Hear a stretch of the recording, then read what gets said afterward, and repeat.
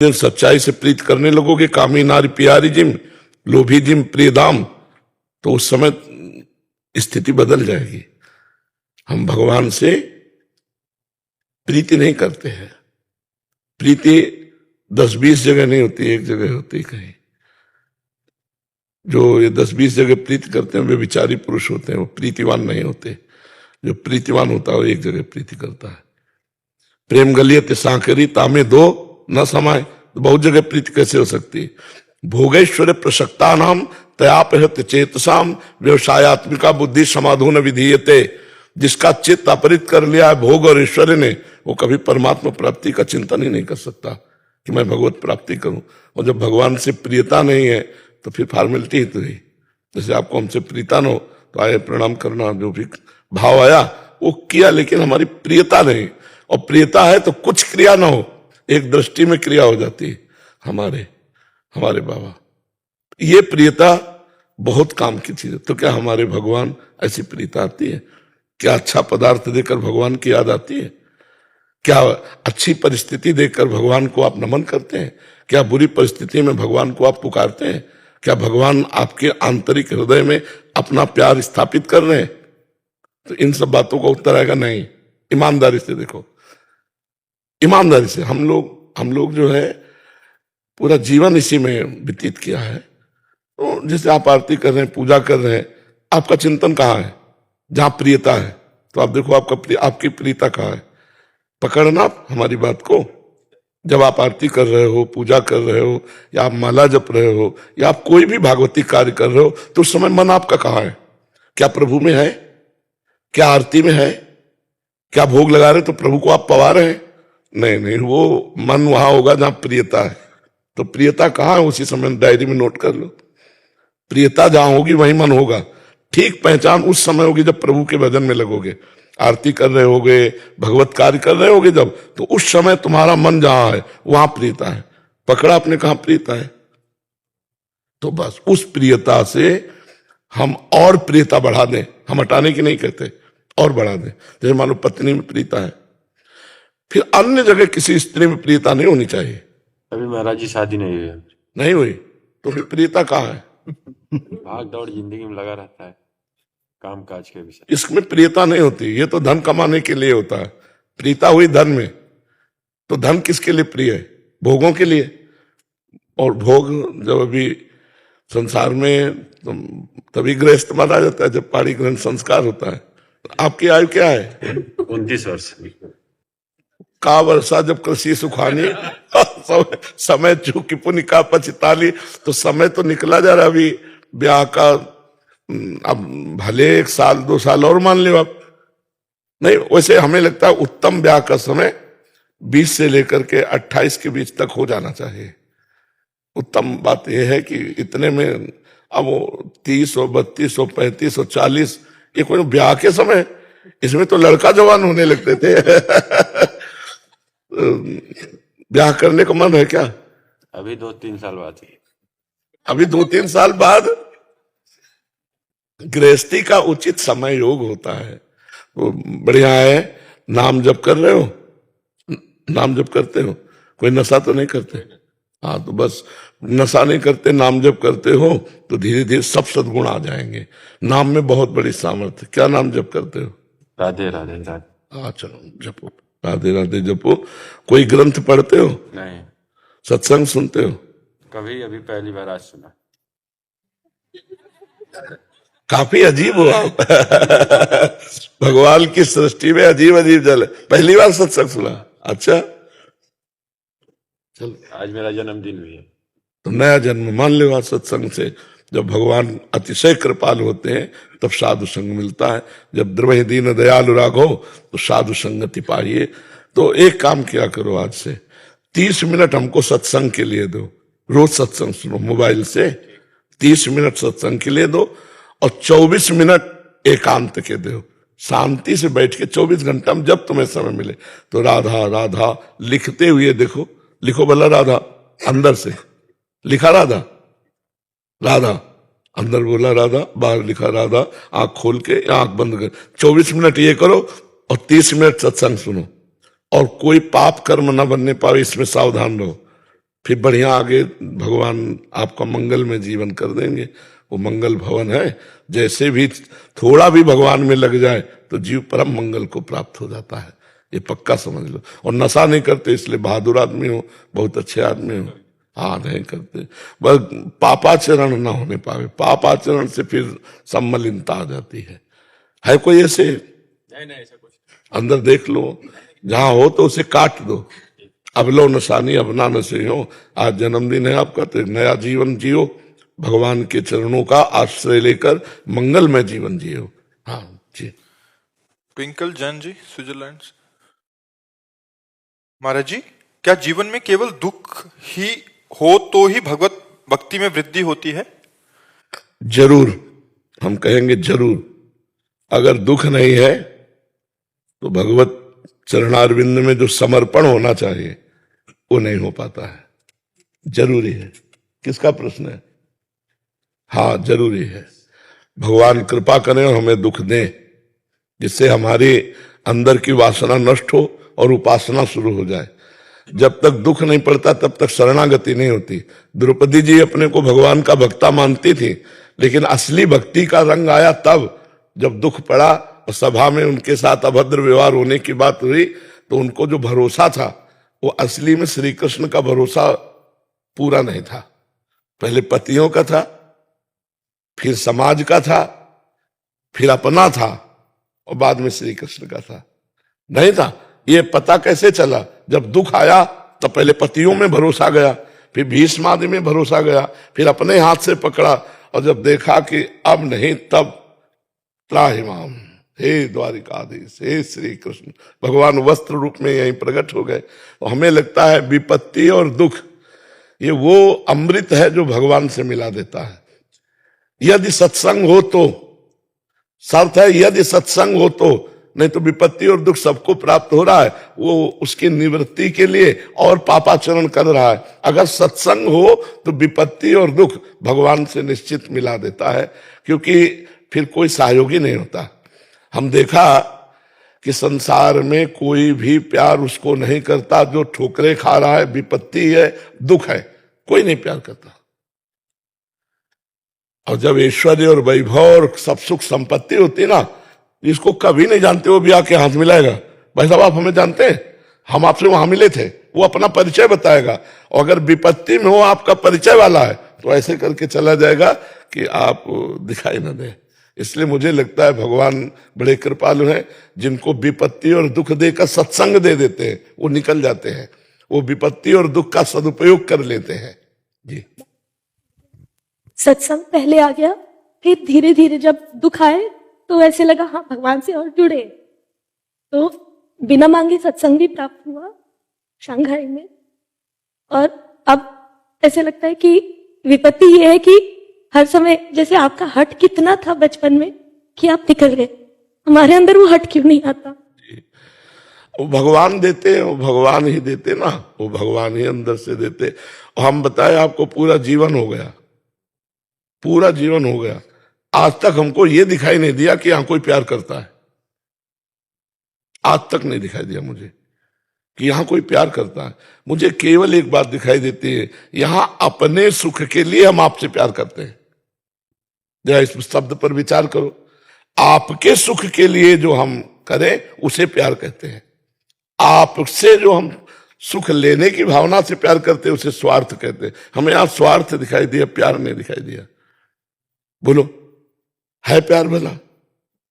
अपने सुख को लेकर हम आपसे प्यार करते हैं कि हम आपके बिना जी नहीं सकते, प्यार का शब्द है, हम आपके बिना जी नहीं सकते, लेकिन आपके बिना नहीं, अपनी स्वार्थ की पूर्ति के बिना नहीं जी सकते। नहीं तो उसकी स्वार्थ को ब्रेक लगा दो, जो स्वार्थ समझ रहा हो फिर करो प्यार, तो फिर देखो उसका स्वरूप देखो, आ जाएगा, सामने आ जाएगा। जो स्वार्थ वो आप में देख रहा है उसमें आप ब्रेक लगा दो, आओ हम तुमसे प्यार करते हैं, करो हमसे प्यार, तो नजदीक नहीं आएगा, दिखाई नहीं देगा। हमारी प्यार का असली स्वरूप क्या है? अपने प्राणों को भी समर्पित करके जिससे प्यार किया जाता है उसे सुख देना, सुख लेना नहीं। सुख देवे को चाव चित, सब सोहित निष्काम, इसे प्यार कहते हैं। सुख देवे को, सुख देने का, ना, कहां है ऐसा? सुख देने का चाव कहां है? सुख लेने का चाव है। प्रभु जी, जो माता पिता हमसे करते हैं वो भी सब आता है। मोह, प्रेम नहीं। मोह, प्रेम बहुत ऊंची चीज है बच्चा। प्रेम जिस समय आ जाएगा वो अलग हो जाएगा। जैसे हम स्त्री से प्यार नहीं करते, काम। हम पुरुष से प्यार नहीं करते, काम। माता पिता का मोह, जितने भी संबंध, आसक्ति, राग, इनमें प्रेम नहीं है। प्रेम नहीं है। प्रेम सच्चिदानंदमय है। अब तुम्हें उसकी अलग अलग व्याख्या दिखाएं। सुना था कुपुत्रो जायते क्वचिदप कुमाता न भवति, शास्त्रों में लिखा है। कितने ऐसे उदाहरण हैं कि माता पिता के द्वारा पुत्रों की हत्या हो गई। अपने स्वार्थ में जहां बाधा पड़ेगी वहां अलग बात है। अगर वो कुतिया भी अपने बच्चे को प्यार करती है, सुकरी भी अपने बच्चे को प्यार करती है, पक्षी भी अपने बच्चे को प्यार, लेकिन प्यार नहीं, मोह में बंधे हुए है। प्रेम एक विशुद्ध भगवदानंद है। प्रेम हो जाए तो फिर क्या? इसीलिए तो चराचर जगत से प्रेम करो, कभी कोई बाधा नहीं। लेकिन प्रेम कहां कोई करता है? स्वार्थ के वशीभूत मोह में बंधे हुए। और मोह गए बिनु राम पद होई न दृढ़ अनुराग। अनुराग माने प्रेम। जब तक मोह है तब तक प्रेम नहीं हो सकता। और वो मोह होता है बच्चा, प्रेम नहीं होता।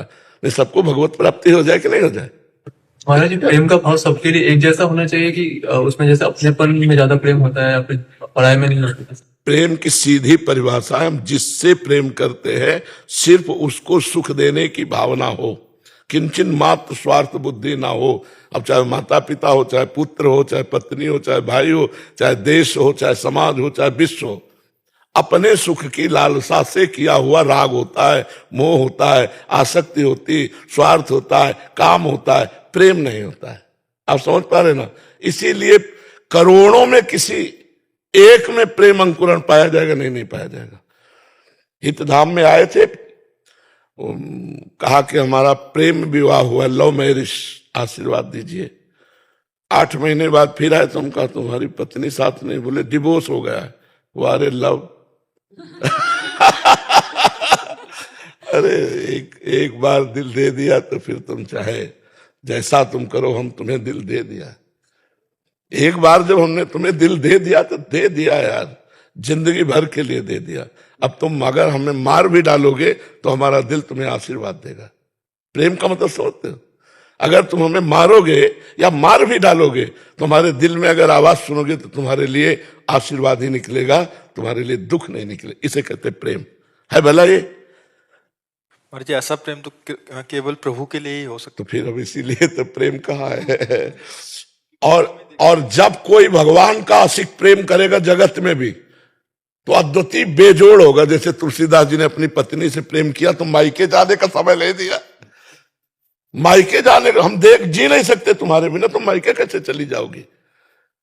जैसे धनुर्दास जी ने अपनी पत्नी से प्रेम किया, महाभागवत है, तो ऐसे चलते हैं बाजार में सब्जी लेने नहीं जाते, पत्नी जाएगी क्योंकि वो बिछो नहीं सह सकते, तो पत्नी ऐसे चल रही, आप छाता लिए ऐसे चल रहे हैं। चिंतामणि में इतने आसक्त हो गए, सब कुछ न्यौछावर कर दिया बिल्व मंगल जी ने। अगर भागवतिक पुरुष हिरण से आसक्त हो गए तो अगला जन्म हिरण का लेना पड़ा, और महाराज हिरण की दुर्गति नहीं होने दी, वही राजा रहुगण बना हिरण। और भरत भागवतिक अगर पुरुष किसी से भी प्रेम कर लेगा तो आर पार का निर्वाह होता, वहां स्वार्थ नहीं होता। इसलिए भागवतिक पुरुष का कहीं प्रेम होता नहीं भगवान के सिवा। अगर हो जाए तो बेजोड़ होता है। हिरण से प्रेम किया, जिस भगवान की प्राप्ति के लिए अपना राज्य छोड़ा, अपनी पत्नी पुत्र छोड़े और हिरण से प्यार कर लिया, तो उसके लिए 3 जन्म लगा दिए, 3 जन्म लगा दिए। जड़ भरत के रूप में पालकी में उसी को तो उठाए हुए उपदेश कर रहे हैं। तो प्रेम शब्द से हृदय में कुछ होने लगता है। नहीं, आपके होता है कि नहीं होता हमें पता नहीं, कि हमारे होने लगता है। प्रेम शब्द होते ही एक जैसे कोई दिल को मसला करे, शायद इसको ही इश्क कहते। प्रेम को उर्दू में इश्क कहते। इश्क इसको बोले जैसे कोई दिल को मसला करे, अपने प्यारे की याद में, प्यारे के लिए तड़पना, प्यारे के लिए सिसकना, प्यारे के लिए बलिदान होना। ये प्रेम कहां आता है? अपने स्वार्थ की पूर्ति के लिए। देखो हमारे पास इस संसार में प्रेम तो बात करते ही आंसू टपकने लगे, बात करते ही हृदय बहा बहा घूमे, उसे प्रेम कहते हैं। जो दूसरों के लिए बलिदान करने, देखो देश प्रेम, देखो वंदे मातरम, फांसी का फंदा डाल लिया। देश प्रेम देखो, गुरु गोविंद सिंह के दोनों बच्चे दीवार में जिंदा चुने जा रहे हैं, ना उनके आंसू ना बच्चों के आंसू। आप विचार, ये देश प्रेम। कहीं भी प्रेम की बात आती है तो वहां बलिदान होता है, प्रेम बलिदान मांगता है। लेकिन हम प्रेम का नाटक करते हैं, प्रेम नहीं। प्रेम ना हम भगवान से कर पाते ना इंसान से कर पाते। अगर हम डट के किसी इंसान में भी भगवत भाव करके प्यार कर ले तो हमारा मंगल हो जाए। माता में भगवान देख ले, पिता में भगवान देख ले, पत्नी में भगवान देख ले, तो भगवान तो है ही सब में, हमारा काम बन जाए। लेकिन हम स्वार्थी पुरुष भगवान न देख करके अपनी वासनाओं की पूर्ति चाहते हैं और उसे नाम दे देते हैं प्रेम। जी, एक प्रश्न था। माता जो अपने पुत्र को प्रेम करती है, मोह करती है, वो प्रेम है या लोभ है उसका? नहीं, लोभ भी नहीं कह सकते। मानो मनुष्य माता तो थोड़ा बुद्धि रखती है, हम पशु पक्षियों के भी कहा, वो क्या अपने बच्चे से प्रेम नहीं करते? उसका क्या चिंतन होता है क्या कि आगे चल के मुझे पोषित करेगा? ऐसा भी नहीं चिंतन होता पक्षियों का, पशुओं का। वो मोह होता ही है, वो अपने बच्चे के लिए अपने प्राण दे सकती है, उसका कोई स्वार्थ नहीं दिखाई दे रहा, लेकिन उसे मोह कहते हैं। महाराज जी, लेकिन अगर उसी मोह की वजह से बच्चा अगर अनुशासनहीन होता है या कुछ गलत दिशाओं में जाता है, वो एक अलग चैप्टर हो गया, वो एक अलग चैप्टर हो गया। पिता अगर बोलता है कि भाई आप अनुशासन में आइए और इसकी वजह से अगर नहीं, आप नहीं समझ, अब पटरी दूसरी हो गई। अनुशासन शब्द लाने के लिए अब वो व्यवहार शब्द आ गया। हम तो केवल उस राग की बात कर रहे जो लगाव है, जो लगाव है। हम अब पटरी दूसरी हो जाएगा, उसकी चर्चा दूसरे रूप में होने लगेगी। हमारा सिर्फ लगाव से, कि जो विविध प्रकार का लगाव है, यदि इसे प्रेम में बदल दिया जाए तो भगवान की प्राप्ति हो जाए। पत्नी अपने पति को भगवान समझे, पति अपनी पत्नी में भगवान को देखे, माता पिता पुत्र में भगवान को देखे, पुत्र माता पिता में भगवान। अभी देखो कितना आनंदमय गृहस्थी हो जाए, लेकिन स्वार्थ। महाराज जी, देखना और वर्तना अलग अलग हो जाए। हाँ, बर्तन केवल देखने की बात कह रहे हैं। वर्तन पूरा वैसा ही होगा। तन पत्नी को पत्नी माना जाएगा, माँ को माँ माना जाएगा, बहन को बहन माना जाएगा, बेटी को बेटी माना जाएगा। चारों स्त्री स्वरूप है, बर्ताव चारों के अलग होंगे, लेकिन चारों में भगवान को देखना। हमने कहा है पंडिता समदर्शिना न कि वर्तिना।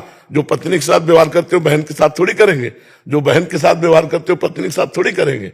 चारों स्त्री शरीर है, माँ, बेटी, बहन और पत्नी, चारों स्त्री शरीर, लेकिन चारों से बर्ताव अलग अलग होगा, पर दर्शन एक होगा। चारों में श्री भगवान विराजमान है। जी। आदित्य शर्मा जी, आगरा से। महाराज जी, राधे राधे, आपके चरणों में कोटि कोटि प्रणाम। महाराज जी, अगर हमसे कोई गलती हो जाए और कुछ समय बाद अगर हमें अपनी गलती का पछतावा हो और हम पश्चाताप करें, तो क्या प्रभु हमें माफ कर सकते हैं? पक्का, पर पश्चाताप तभी माना जाएगा जब वो पुनरावृत्ति ना हो। जो गलती हुई है वो दोबारा ना हो। अब लो नशानी अब ना नशे हो, आज तक हुआ अब नहीं करूंगा, और हृदय से जलन युक्त होकर भगवान से प्रार्थना करे तो वो भस्म हो जाएगी। लेकिन साधारण गलती, अगर अपराध बना हुआ है, असाधारण है, तो फिर उसका प्रायश्चित करना पड़ेगा। जैसे कृच्छ व्रत है, चंद्रायण व्रत है, या और भी अनुष्ठान, भागवतिक अनुष्ठान करने पड़ेंगे। मात्र प्रायश्चित से नहीं हो जाएगा, है ना। साधारण गलती है तो हो जाएगा। जैसे एक साधारण गलती हो गई तो हम कह देते सॉरी, इससे भी प्रायश्चित हो जाता है कि हमसे गलती हो गई, इतने में भी छा। लेकिन असाधारण गलती हो जाए, सॉरी कहने से हो गया क्या? नहीं। तो ऐसे ही हम हृदय से जले और बहुत बड़ी गलती हमसे हो गई, वो क्षमा हो गया, लेकिन अपराध बन जाए तो इससे नहीं होगा। फिर उसके लिए प्रायश्चित होता है, उसके लिए विधान होता है। वो गुरुजनों से पूछा जाता है, हमसे पाप बना, इसका क्या विधान है? जी। श्री हरिवंश महाराज जी, आपके चरणों में कोटि कोटि प्रणाम। महाराज जी, मन की इंद्रियों ने ऐसा इतना प्रबल रूप ले लिया है कि वह किसी भी मानव शरीर को उनके कपड़ों, धनराशि और प्रसिद्धता पे जज करता है। महाराज जी, इससे कैसे संयम फैलाएं? मतलब सामने वाला कितना अमीर है, कितना अच्छे कपड़े डाले हैं, उसका स्टेटस क्या है, उस पे इसको आंकलन करता है, फिर उससे बात करने का या बात नहीं करनी है उसको आंकलन करता है। रजोगुण वृत्तियां हैं मन की, ये कोई खास वृत्ति है क्या? रजोगुण वृत्ति है। जब तक नाम जप नहीं करोगे तब तक ये सब कूड़ा करकट बना ही रहेगा। भगवान का स्मरण करने से हमारे हृदय में सात्विकता बढ़ती है। आकलन क्या कर सकते हो? बाहरी दिखावे को आकलन कहता है क्या? क्या जाने, ऐसे कैसे? साधारण आदमी एक पैजामा और कुर्ता पहने और अरबों रुपया उसके पास है, क्या जानोगे तुम? बाहरी दिखा। एक हमने आदमी को देखा, खेती लिखाने जाता था, वैसे कबाड़ की तरह बोरे में नोट भर के, कोई पूछने वाला नहीं था। आकलन कैसे लगा सकते हो? वो तो बाहरी दो चार व्यक्तियों को देखकर ऐसे आकलन लगा सकते हो।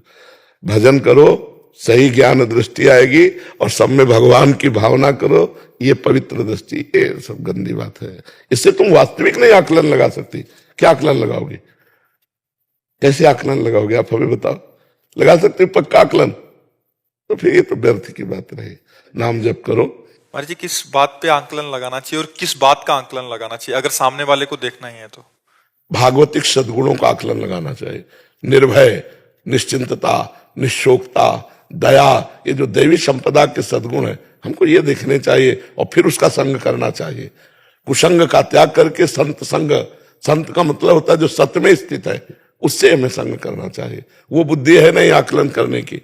तो ये तो पापी लोग भी ऐसा पहने घूमे मिलेंगे, तो हमारा पापी से संबंध बनाए क्या? बात करें क्या? उसे मित्रता का व्यवहार करें क्या? नहीं, ऐसा नहीं है। हृदय का अच्छा हो वो ज्यादा अच्छा है महाराज। सबसे बड़ा धनी है जो हृदय का अच्छा है, वही तो धनी है। ये बाहरी तो महाराज जी, उसकी पहचान बाहरी लक्षणों से कैसे करें? जब तक भजन नहीं करोगे तो तुम्हारी बुद्धि पहचानने लायक। कबाड़ तोलने वाले तराजू से सोना नहीं तोला जाता, सोने तोलने के तराजू अलग आते हैं। ऐसे ही जो भागवतिक सद्गुण पकड़ना, तो पहले भागवतिक बनो ना। नाम जप करो, शास्त्र स्वाध्याय करो, सत्संग करो, गुरुजनों की सेवा करो, माता पिता आदि के अनुशासन में रहो, तो तुम्हारी बुद्धि पवित्र होगी, तब पवित्र। और सबसे बड़ी बात है, सब में श्री भगवान बैठे हैं। तात सुनो मायाकृत गुण और दोष अनेक, गुण या उभय न देखी, देखी स्वविवेक। गुण दोष दोनों मत देखो, सब में भगवान देखो, ये उत्तम बात रहेगी। गुण दोषों की सत्ता नहीं है, भगवान की सत्ता है। तात सुनो मायाकृत गुण और दोष अनेक, गुण या उभय न देखी, देखी स्वविवेक। लेकिन महाराज जी, आपके माध्यम से जो है नई पीढ़ी में बहुत सत्कर्म की वो जा रही है, जो नहीं थे, लेकिन आपके माध्यम से बहुत ज्यादा। हाँ, माध्यम भगवान किसी को बना सकते, करते तो वही है, भगवान ही कर रहे हैं। अच्छा, सत्य वस्तु छुपती नहीं है, सत्य वस्तु छुपती नहीं है। भगवान, भगवान की चर्चा, भगवान का नाम, ये मंगल करके ही रहता है। तो बड़े श्रद्धा से सुन रहे लोग और मान रहे हैं, तो उसका प्रभाव भी पड़ रहा है। इसमें लोगों की श्रद्धा, भगवान की कृपा। हमारा जैसे क्या प्रवचन, कितने अच्छे अच्छे प्रवचन करने वाले हैं, कितने अच्छे अच्छे उपदेश देने वाले हैं, सब महापुरुष हैं, पर भगवान किसी को यश दिलाना चाहते हैं तो निमित्त बना देते हैं। वो करें करावें आप सब, जने बढ़ाई दें, अपने जन को बढ़ाई देना चाहते हैं, तो ऐसा होने लगता है। जी देवेश जी, महाराज जी एक बात कहना चाहती हूँ आपसे। जी महाराज जी, जब आप बहुत भीड़ में, जैसे 1 तारीख को आप निकले थे ना, तो आपके स्वास्थ्य की चिंता हो जाती, क्योंकि भीड़ बहुत थी, ऐसा लग रहा था आपको कोई नुकसान ना हो। हाँ, ऐसा ये लोग भी चिंतित हो जाते हैं, पर मुझे लगता है कि आप गाड़ी से आया करें। पर हमें लगता है ना कि हमारे साथ भगवान रहते हैं, और हमें लगता है सब रूपों में भगवान आते हैं। तो मुझे इन्फेक्शन इसीलिए नहीं होता क्योंकि हम अपने भगवान को देख रहे हैं, और हमारे भगवान हमारी सुरक्षा में भी कर रहे हैं। सीम की चाप सके को तासु, बड़ रखवार रमापति जासु, इसलिए कोई अमंगल तो हो नहीं सकता। अच्छा, मृत्यु एक नियत समय पे है, आनी है। उसके अलावा अब जैसे प्रारब्ध हो, किडनी फेल है, डायलिसिस होता है, जो और आगंतुक कष्ट है, वो भगवान की कृपा से सहन शक्ति दी है भगवान ने, उसे हम सहते रहते हैं और समाज की सेवा होती रहती है। नहीं तो बड़ा कष्ट है, शरीर में बड़ी पीड़ा है। परंतु महाराज जी, भीड़ में हर तरह के लोग होते, ऐसा लगता है कि इसको आपको चोट ना पहुंचा। हाँ, ऐसा सबके अंदर भावना रहती है, इसलिए गाड़ी से आया करे। तो चोट पहुंचाना हो तो गाड़ी से भी पहुंचा देंगे, नहीं पहुंचा। राधा रानी का बल है आप, और ब्रजजन का पूरा आपके लिए पूरा आशीर्वाद। हाँ, ब्रजवासियों को बहुत आशीर्वाद। देवेश जी, राधा वल्लभ। महाराज जी, आपके हेतु की कृपा से हमें शरणागति मंत्र, रसोपासना पद्धति और आपके श्रीमुख से सत्संग रूपी अनमोल वचन सहज प्राप्त हैं। प्रभु, जैसे हमें हमारे शरीर के संबंधी जनों से तादात्म्य भाव अत्यंत प्रियता है, उनको कुछ सुख दुख होता है तो मुझे महसूस होता है, वैसे भाव निष्ठा तादात्म्य भाव अपनी रसोपासना पद्धति हरि गुरु भगवान के चरणों में कैसे और कब जाके दृढ़ होगी महाराज जी? जैसे घर परिवार वालों में सहज में ऐसी नहीं होती सहज में। मात संगस्त दुर्लभो अगम्यो, अगर हो गई तो अमोघस्य। अगम्यो क्यों लिखा? माता से प्रीति होना, परिवार से प्रीति होना, वो तो स्वाभाविक है, जन्म सिद्ध है। जननी जनक बंधु सुतदारा तंदन धाम श्रोध परिवारा, इनमें तो स्वाभाविक ममता है। लेकिन किसी संत में, सदगुरुदेव में या आराध्य देव में तो लिखा देवर्षि नारद जी, महत संगस्त दुर्लभ हो। पहले तो महापुरुषों का मिलना दुर्लभ, और दूसरा अगम्यो, उनसे प्रीति नहीं हो सकती। अगर प्रीति हो गई तो अमोघस्य, निश्चित भगवत प्राप्ति हो जाएगी। जैसे भृंगी नाम का कीड़ा दूसरी जाति के कीड़े को लाकर अपना चिंतन भयवश कराता है, तो बिना शरीर छोड़े उसे भृंगी बना देता है। ऐसे यदि महापुरुषों का चिंतन किया जाए तो बिना शरीर छोड़े महापुरुष हो जाएगा। वो जीवन रहते हुए जीवन मुक्त हो जाएगा, केवल चिंतन मात्र से। पौंडरक वासुदेव की कथा आती है भागवत में, वो नकली दो भुजाएं लगाकर और केवल ये चिंतन करता था, मैं वासुदेव हूं असली, तो असली वासुदेव पद भी प्राप्त हुई। सारूप्य मोक्ष, सारूप्य मोक्ष की उसको प्राप्ति हुई। तो भगवत मार्ग में यदि गुरु से ऐसी प्रीता हो जाए जैसे माँ से, मतलब जैसे सखी बोली, तो कहीं ना कहीं प्रियता है इसके हृदय में। यार कहीं महाराज जी को ऐसा अधिक प्रीति मन भा संदेहा, जिससे अधिक प्रीति होने लगती है तो संदेह होने लगता है, कहीं कोई चोट न पहुंचा दे, कहीं कोई अमंगल न कर दे, कहीं कोई ऐसा ना हो जाए। तो माता की तरह उसके हृदय में जो भाव आया ना, वो कहीं ना कहीं प्रीति का अंकुर उदय हो रहा है। सुन सुन करके ऐसा लगने लगा कि मेरे महाराज जी। तब ये बात आती, कहीं कोई चोट न लग जाए, कहीं कोई अमंगल ना हो। अधिक प्रीति मन भा संदेह, और अगर प्रीति हो जाए संतों से तो पक्का भगवान इस बात का निर्वाह करते हैं कि जो दासों से प्रीति करता है तो भगवान अपने भक्त से बढ़कर उसको, हाँ, जो उनके दासों से प्रीति करता है अपने भक्त से बढ़कर उसको प्रीति भगवान प्रदान करते हैं, उसको सुख प्रदान करते हैं। जब हम भगवान से कहते हैं कि हम उनसे बहुत प्यार करते हैं, हम उनसे रोज ही एक बात कहते हैं कि हम उनसे बहुत प्यार करते हैं, तो वो हमें सामने से आके क्यों नहीं कहते कि वो भी हमसे प्यार करते हैं? अच्छी बात अभी आप कहती हैं, और जिस दिन हो जाएगा ना कि भगवान से हम प्यार करते हैं, तो यही धक्क से होगा और आंखों से आंसू निकलने लगेंगे। ये उत्तर होता है, भगवान आनंद स्वरूप है, आनंद स्वरूप है। ये ऐसा लगता है जैसे हम उनसे कह रहे हैं, हम आपसे रोज कह रहे हैं हम आपसे बहुत। नहीं, ये बात तब मानी जाएगी जब किसी से प्यार नहीं होगा। हम उनसे बढ़कर तो किसी से भी प्यार नहीं, ऐसा देखो, कह देना सहज है, उनसे बढ़कर शरीर से प्यार है। शरीर से, शरीर संबंधियों से, नाना प्रकार की भोग विलासिता से हमारे अंदर कहीं ना कहीं प्रियता है। और जिस दिन केवल भगवान से प्रीता होगी तो ये प्रश्न नहीं रहेगा सखी आपके अंदर, क्योंकि ये प्रश्न जो बता रहा है कि अभी प्रियता नहीं है। नहीं, आपने कहा सामने आकर उत्तर के, वो नेत्रों में बसे रहते हैं, वो छाती में बसे रहते हैं, कैसे तुम्हें बताएं? अरे वो कैसे, हम नहीं मान सकते, इसलिए नहीं मान सकते कि बचपन से अभी तक उन्हीं से प्यार किया है। दावे के साथ कहते हैं उन्हीं से प्यार किया है, और दावे से कहते हैं हर प्यार का उत्तर 100 का सवाब शेर मिला है, 100 का सवाब शेर मिला है। ऐसा नहीं मिला कि हमारा 100 महाराज का 90, ऐसा नहीं हुआ। अगर हमारा 100 तो उनका सवाब शेर हुआ है, उनकी तरफ से कमी नहीं रही। अपने सुधार करो, अपने सुधार करो। जब आपकी सुधार वृत्ति आ जाएगी ना तो भाषा बदल जाएगी। सबरी जी भगवान से क्या कहते हैं? प्रभु आप इतनी कृपा कर रहे हो, अधम ते अधम, अधम अति नारी, तिनमा मैं मतिमंद आघारी। आपका जोर है कि मैं उनसे प्यार करती हूं, और हमारा कथन है कि वो आपसे प्यार कर रहे हैं। आप समझे नहीं पा रहे हो। जीव की सामर्थ्य कितनी, ईश की सामर्थ्य कितनी, दोनों पर विचार करो।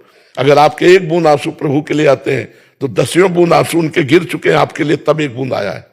आप सच्चे मान लीजिएगा। अगर एक बार कृष्ण कहते हैं तो 100 बार आपका सुमिरन किए तब आप एक बार कृष्ण बोल रहे हैं। उनका प्यार स्वभाव से रहे, हमारा प्यार कमजोर है। जब हम ये मानेंगे ना तभी असलियत में प्यार आएगा। तुमसे कोई पूछे भगवान से प्यार कर, भगवान से प्यार, क्या बात करते, हम भगवान से प्यार करने लायक है। और आंखों में आंसू आ जाए और रोमांच हो गया और गला रुंध गया, और फिर भी ये निकल रहा है कि हम भगवान से प्यार कर पाएंगे, ये है प्यार भगवान का। वो अभी मतलब और चलो और आगे प्रीति प्रतिक्षण वर्धमानम सूक्ष्मतरम अनुभव स्वरूपम कामना रहितम, ये प्रेम के लक्षण है। प्रेम सदा बढ़ेबो करो। जब प्रेम बढ़ता है ना तो ये कहना मुश्किल हो जाता है कि मैं आपसे प्रेम करता हूं। ये जो कहता है ना मैं आपसे प्रेम करता हूं, वास्तविक को प्रेम नहीं करता है। तब कह रहा है। नहीं, मैं आपसे प्रेम करता हूं ये कहना मुश्किल, ये बनावटी होगा और ये केवल स्वार्थ पूर्ति होगी। तो हम भगवान से प्यार करते हैं ऐसा तो कह ही नहीं सकते। भगवान हमको बहुत प्यार करते हैं। ये तो हम तुम्हें बोला कि 100 तो उधर से स्वभाव से है। नहीं, अगर हमसे कोई पूछे आप श्री जी से प्यार करते हो तो रोना आ जाएगा कि क्या हम प्यार करते हैं, हम क्या वो प्यार करते हैं। वो हमें प्यार करते हैं इसलिए हमारे अंदर कुछ है। अगर वो हमें प्यार ना करते तो हम उनको क्या प्यार करते। हम तो देहाभिमानी जीव नाना प्रकार के भोगों में फंसे हुए। जैसे हनुमान जी से पूछा तो हनुमान जी कह रहे हैं अस्मय अधम सखा सुनो मुहु पर रघुवीर। मेरे जैसे अधम पे भगवान का प्यार है वो कह रहे हैं, और आप कह रहे हैं वो प्यार नहीं करते हैं। यहाँ सामने से आगे भाव सैव सांद्रात्मा बुधि प्रेमा निगद्य। जी, तो समझ पा रही सकी जी। अब उसको सही पटरी पे ले आओ तो प्यार है और वही बढ़ता जाएगा प्रभु के प्रति। मनीषा जी गुरुग्राम से। राधे राधे। राधे राधे महाराज जी, आपके चरणों में कोटि कोटि प्रणाम। महाराज जी, भगवान और गुरु के स्थान में क्या फर्क है? क्या गुरु भगवान का स्थान ले सकते? पहली बात तो भगवान के सर्वत्र विराजमान होने पर भी हर जीव दीन दुखी और परिस्थिति में हारने वाला, और जब गुरु का सानिध्य गुरु रूप में वही भगवान मिले तो फिर माया का पर्दा फाड़ करके सच्चिदानंद में स्थित कर दिया। इसलिए गुरु गोविंद दो खड़े का अकेला गो पाए, तो बलिहारी गुरु आपने, वही भगवान गुरु हैं, दूसरा कोई गुरु नहीं है। बंदो गुरुपद कंज कृपा सिंधु नर रूप हरि मामोतम पुण्य जासु वचन। जिनको ऐसा लगता है कि गुरु भगवान नहीं है तो उन्होंने गुरु नहीं बनाया, उन्होंने नाटक किया है। गुरुर ब्रह्मा गुरुर विष्णु गुरुदेव महेश्वरा गुरु साक्षात पर ब्रह्म तस्मै श्री गुरुवे नमः। गुरु का स्वरूप क्या है? ब्रह्मानंदम परम सुखदम केवलम ज्ञान मूर्तिम द्वंद्वातीतम गगन सदसम तत्वमस्यादि लक्ष्यम एकम नित्यम विमल अचलम सर्वधि साक्षिभूतम भावातीतम त्रिगुण रहितम सद्गुरुम तम नमामि। सदगुरु कोई व्यक्ति होता है? भगवान ही तो होते हैं। पर भगवान भगवान के रूप में सबके हृदय में बैठे हैं, लेकिन समस्त जीव चराचर दुखी है। लेकिन जब भगवान गुरु रूप में आ जाते हैं तो जीव का परम कल्याण कर देते हैं। आपके शब्दों में जो था कि क्या गुरु भगवान की जगह ले सकते हैं? अरे गुरु भगवान से बड़े हैं। भगवान कह रहे हैं मोते हैं अधिक गुरु जी जानी। भगवान ने गुरु बनाया, नहीं बनाया। संदीपनी जी वशिष्ठ जी बैठ करके उपदेश कर रहे हैं। संदीपनी जी उपदेश, भगवान शिष्य बने बैठे। जो गुरु शब्द है वो भगवान से भी बढ़ करके है। मोते हैं अधिक गुरु ही जी जानी, भगवान कह रहे। किसका प्रश्न था? समझ पा रहे हैं आप जी? हितेश शर्मा जी। राधे राधे। महाराज जी, आपके श्रीमुख से काफी बार सुना है कि भगवान का नाम जब वो आश्रय से सभी पापों का नाश हो जाता है, लेकिन कई बार ये भी सुना है कि कर्मों का फल अवश्य में भोक्तव्य। भैया, कर्म का जो फल हमारे पास आया है प्रारब्ध बनकर, उसको हम भोग लेते हैं, और जो संचित कर्म है वो भस्म हो जाते हैं। जो क्रिमाण और संभाल के करने की पाप ना बन पावे, हम मुक्त हो जाते हैं। प्रारब्ध भोग जो आया है वो छूटा हुआ बाण है, लेकिन जो तोड़ीर में रखे हैं वो भस्म कर सकते हैं हम। जो छूट गया बाण लक्ष्य भेद कर दिया वो तो दर्द है ही है। तो प्रारब्ध है, आ चुका है। भजन आज हम कर रहे हैं और प्रारब्ध जन्म से पहले रच चुका है, अब उसको भोगना पड़ेगा। जैसे नाम जब करते हैं तो उससे हमें सहने की सामर्थ्य मिलती है। सहने की सामर्थ्य मिलती है। प्रारब्ध नहीं नष्ट होता, प्रारब्ध भोगना पड़ता है बड़े बड़े सिद्धों को, और संचित कर्म भस्म हो जाता है और क्रिमाण निष्फल हो जाता है, और प्रारब्ध को भोगने की सामर्थ्य भगवान देते हैं। तो भजन की सामर्थ्य सहायती है और अपनी दिनचर्या पूरी कराती है। हम कोई निराश नहीं, कोई हताश नहीं, कोई उदास नहीं। ये भगवान के भजन का प्रभाव है। समझ पा रहे आप? आपको ठंड नहीं लगती? जितने से काम चल जाए उतने से चला लेते हैं। अब चूंकि पहले गंगा किनारे रहे ना, तो गंगा किनारे बहुत भीषण ठंडी होती है, और उस समय हमने कभी स्वेटर साल कंबल इनका प्रयोग नहीं किया। हाँ जी, बहुत कष्ट होता है। पर आप नहीं, अब मतलब अब जैसे बनियाइन है, एक बनियाइन, अपने इतने से काम चल जाता है तो हम चला रहे काम।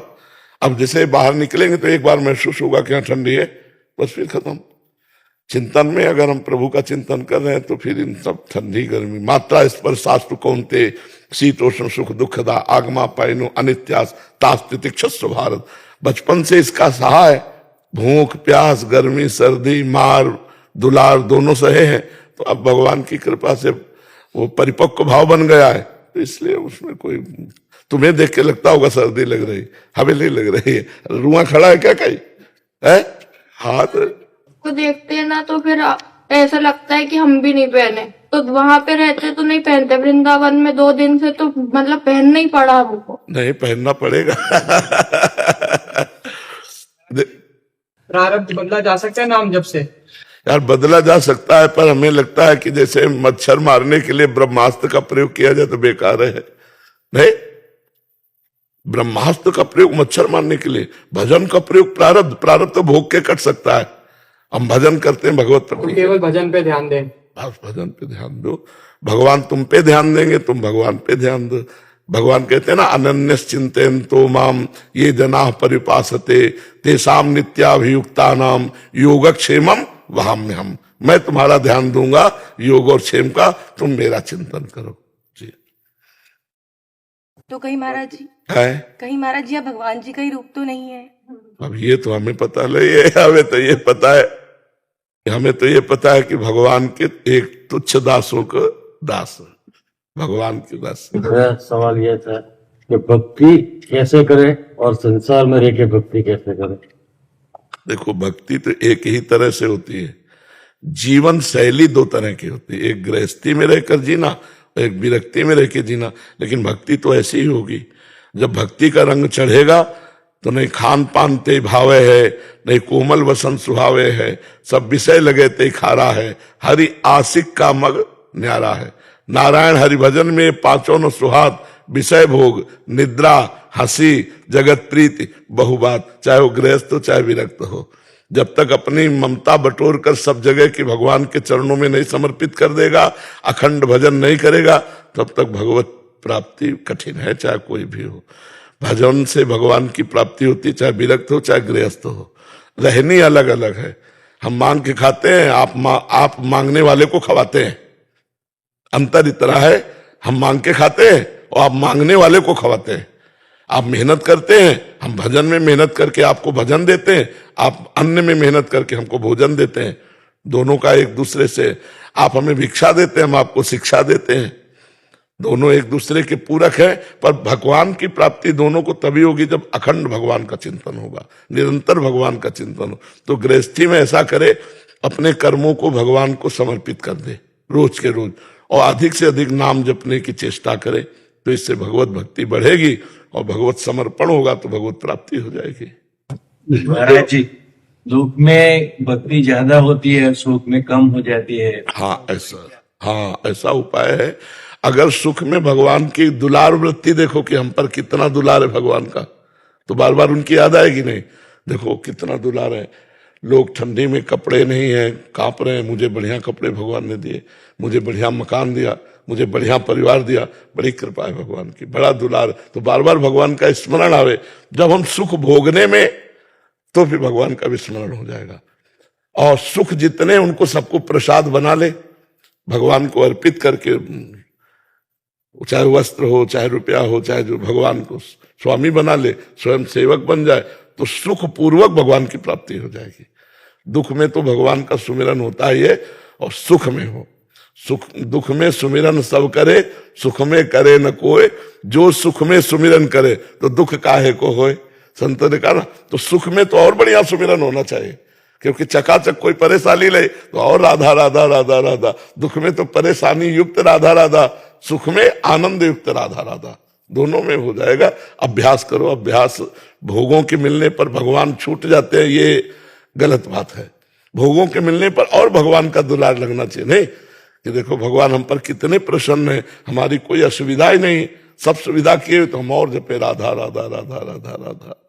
महाराज जी, आपके दुनिया भर में इतने शिष्य हैं, लाखों हजारों, मैं भी उनमें से एक। महाराज जी, बहुत प्यार करता हूँ आपसे। मुझे लगता है कि क्या मेरे गुरु ये जान पाएंगे कि मैं इतना प्यार करता हूँ उनसे, क्या मैं उनको जना पाऊंगा कभी? क्या तुम ये जान पाओगे? गुरु तुमको प्यार करते हैं तभी तुम गुरु से प्यार करते हो। तुम ये जान पाओगे कि गुरु तुमको प्यार करते तभी तुम्हारे हृदय में गुरु के प्रति प्यार आया है। आपकी तरफ से नहीं है, गुरु की तरफ से है। गुरुदेव को भाव में आचार्य और गुरुदेव को प्रसादी खिला सकते हैं कि अनुयायी खिलाना पड़ेगा? प्रसादी कैसे खिला सकते हो? भगवान रहते हैं बगल में, तो भगवान को खवा के जैसे हाँ ऐसे, हाँ ऐसे ऐसे ऐसे ये उत्तम बात है। कभी कभी भाव में आता है कि गुरुदेव को भी आचार्य को अमानिया ही खिलाए। नहीं, गुरुदेव को पसंद आएगा, पहले इष्ट को, फिर आचार्य को, फिर गुरुदेव को, ये गुरुदेव को पसंद आएगा। नहीं, हाँ, बहुत सुंदर, बहुत सुंदर। मन में जैसे इच्छा आती है तो मैं फिर कहती हूँ कि नहीं, मेरे को ये कुछ नहीं चाहिए, और थोड़े दिन बाद वही चीज पूरी हो जाती है। तो श्री जी और ठाकुर जी कहीं मुझसे नाराज तो नहीं कि वो इच्छा जल्दी जल्दी पूरी कर देते हैं? नहीं, वैसे चाहिए कि इसमें हमको हर्षित नहीं होना चाहिए। जब हमारी इच्छाओं की पूर्ति हो तो हमें अपने ऊपर प्रश्नवाचक चिन्ह खड़ा कर देना चाहिए कि हम क्या भक्त हैं? प्रभु को सुख देने की बात नहीं सोचते, अपने सुख मांगने की बात सोचते हैं। और श्री जी, मैं कभी मांगू भी तो आप पूरा मत करना, ऐसा प्रार्थना करना चाहिए। हमें राजी नहीं होना चाहिए। नहीं, हमारा मन मांगता रहेगा, उधर वो पूर्ति करते रहेंगे और छुपते रहेंगे, वो छुपते रहेंगे, और हम अपनी कामनाओं की पूर्ति में पूरा जीवन बर्बाद कर देंगे। और कामनाओं का क्या अस्तित्व, ये कभी टिकती थोड़ी है। अभी एक कामना पूर्ति, दूसरी खड़ी हो गई, तीसरी। तो हम, एक भक्त थी, उन्होंने भगवान से कहा था कि यदि मैं स्वर्ग मांगू तो मुझे नरक भेज देना, यदि मैं सुख मांगू तो मुझे दुख दे देना। हे नाथ, आप मेरे मन की कभी पूरी मत करना। उसे उत्तम बात यही है कि हम प्रभु से प्रार्थना करें कि मेरे मन की पूर्ति न करना, आपके मन में जो वही करना। जी। श्याम जीवनी शरण जी, नमस्कार महाराज जी, आपके चरणों में कोटि कोटि प्रणाम। महाराज जी, मेरी उम्र 14 साल है। मैं अखंड ब्रह्मचर्य का नियम लेना चाहता हूँ, उसके लिए मेरे को क्या पालन करना पड़ेगा? कि बहुत कठिन है बच्चा, बहुत कठिन है। पहली बात तो हर समय गुरुजनों की नजर में होने चाहिए आप। दूसरी बात, सांसारिक पढ़ाई वाले बच्चों के बीच में नहीं होने चाहिए आप, गुरुकुल में होना चाहिए। बिना गुरुकुल में, वो भी गुरु की नजर में, गुरुकुल में कुसंग न हो जाए। एकांत सेवन, ब्रह्मचर्य के पालन के लिए सात्विक आहार, असुविधा युक्त जीवन, गुरुजनों की कठोर आज्ञा में रहना, तब जाकर के कहीं। नहीं तो अभी तो बच्चा हो, अभी से थोड़े दिनों में ऐसे जैसे घुन लग जाता है ना लकड़ी में, अंदर खोखला कर देता है, ऐसे वासना, दुर्वासना मम सदा परिकर्षयन्ति, वो पूर्व जन्म की संस्कार, पूर्व जन्म की कामनाएं आपको गिराना शुरू कर देंगी। ये कहते हैं महाराज जी कि हमको यहीं छोड़ दो, और ये बहुत मतलब राधा नाम भी जितना कर पाते करते, और दूसरा पूरी चतुरासी रोज पढ़ते हैं जी। लेकिन अब इनको अकेले कैसे कर? नहीं, इसमें ये सब समझने की बात है कि घर में या परिवार में या स्कूल में अखंड ब्रह्मचर्य का माहौल नहीं मिलेगा। और बिना माहौल के हम अखंड ब्रह्मचर्य, अब ये मोबाइल रखें, नए लड़कों से बात करें तो अखंड ब्रह्मचारी, अखंड शब्द बहुत भयावह है, उनकी सोच है वो बस। तो हमें लगता है कि ब्रह्मचर्य शब्द रखो, अखंड शब्द छोड़ दो, अखंड भगवान के ऊपर छोड़ दो कि आप जैसे रखो।